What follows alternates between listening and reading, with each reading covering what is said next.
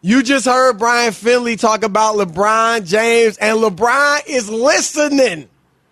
LeBron is hearing all the chit-chat, all the back and forth, all the talk about his newfangled L.A. Lakers, and he doesn't sound happy about it. I think he's deleting tweets, too.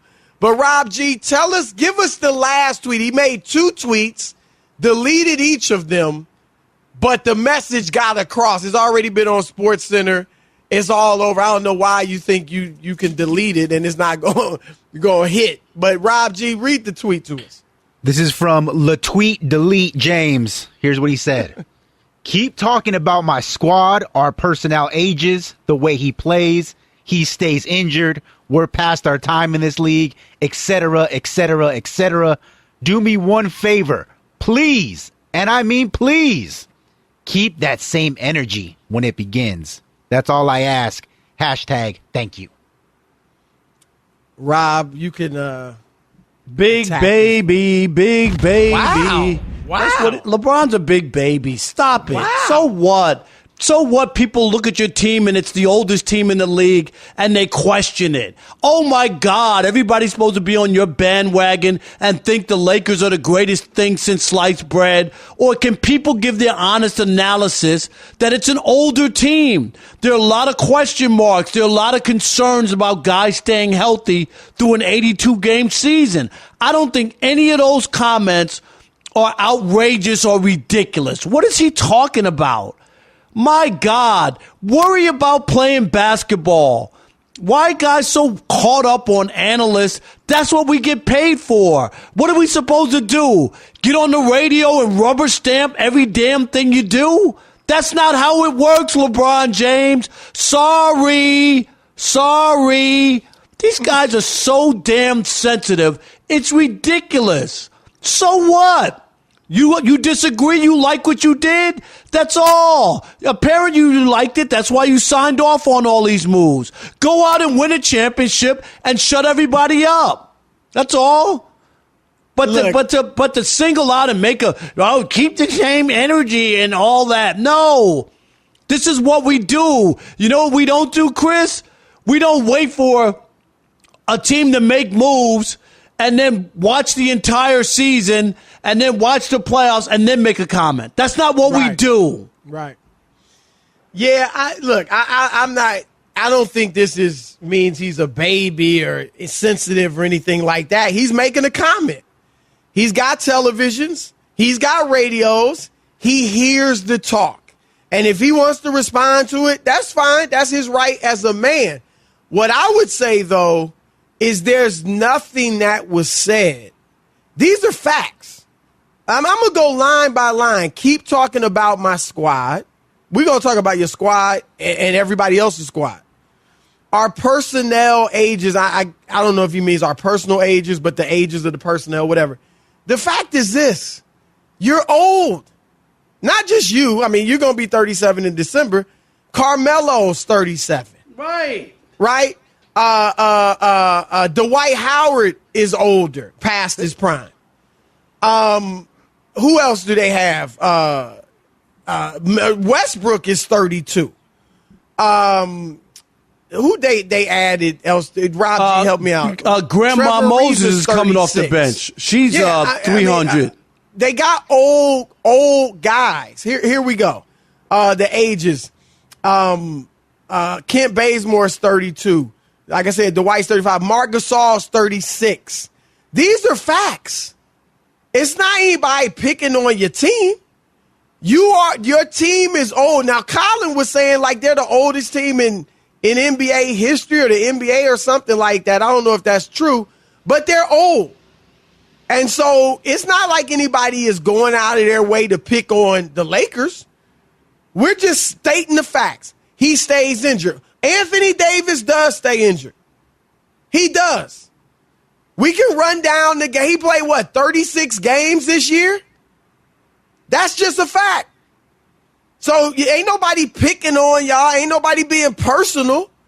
It is a fact that Anthony Davis is injury prone. And here's the thing. And I've always had a good relationship with LeBron. But we're not fans, right? I don't, you don't, I just come on here and, like you said, rubber stamp everything. We're going to speak our minds. We're going to say what we think. Just like when you with your boys, or Durant's with his boys, or Kyrie's with his, they say what they think in the barbershops, in the living rooms, chilling with your crew. Nobody ripped LeBron when he picked Chris Paul and was on Twitter, right, ranting and raving about Chris Paul and the Suns. That was his opinion, right, Chris? That's all it was. Anybody ripped him? Anthony Davis played 36 games last year.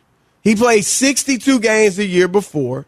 He played 56 games the year before. He's played 70 or more games twice in his 9-year career.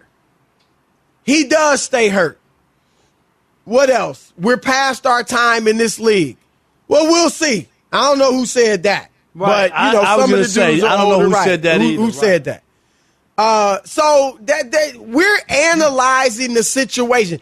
Anyone who gets up there and doesn't bring up, even if you like the Lakers, and I've said they're the favorite in the West, but anybody that doesn't bring up their age could be an issue, you're not looking at the whole picture. You're not. And I know he said something at one time about the way he plays. Here it is, the way he plays. Yes, it's a challenge to fit the game of Russell Westbrook and LeBron together.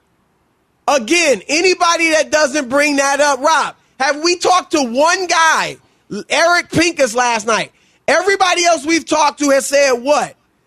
I don't know that they fit. Right. Other than Rick from NBA Radio, who was right. Rick was the one. Was it Pink? It was Rick Kamler, not Pincus. Right. Remember Rick? Right. Rick was all the way in. Remember, he loved everything. Right. So I mean, LeBron can speak his mind and put that out. I don't know why he deleted it, but we're just speaking our mind too. And I will keep the same energy as I always do. If this works out for them, I'm going to give them praise. I'm going to say, yeah, they made it work. If LeBron makes it work with Russell Westbrook, I will give praise. If they get through the season and injuries aren't a factor, I will give praise.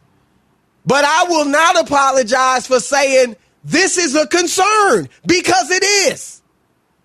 And the last thing, Rob, for me, I don't necessarily like when LeBron comes out like this, because I don't remember it working out for him. It never works out. The few times I remember him doing this, I think back to not 1, not 2, not 3, not 4. Right. It was 2. It wasn't 3, 4, 5, 6, 7. It was 2. Right? That didn't really work out. I mean, he won championships, but, they're not dominating like the way they thought. And then we go to his first year in L.A., and he said, I'm activating playoff mode, right? When he came back from the groin injury. Yep, and that didn't happen. They were losing to Memphis and Atlanta. And bad teams. And the Knicks. And then this year he said a thunderstorm is coming. Him and AD. Right. When he comes, I'm just saying, real bad boys move in silence. That's what KRS-One said. I'm going to go back to some hip-hop. What do I always say, Chris, on this show? The toughest guys don't tell you they're going to punch you in the mouth. They just punch you in the mouth. Just do it. And when LeBron has just done it, it's happened. He's won. But every time he comes out like with a challenge or some braggadocio, that's when it doesn't work for him. So I'm just saying, like, I've yet to see this approach work for LeBron. And so, maybe is that why he deleted it? I don't know. But ain't nobody picking on the Lakers. People just stating facts.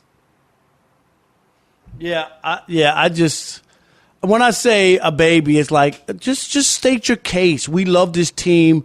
Do you know what I mean? Like, do you have to I really don't have answer a problem with the way he said it. I mean, I'm just like, he won't. dude, it's just like, all right, people aren't buying in. It's okay.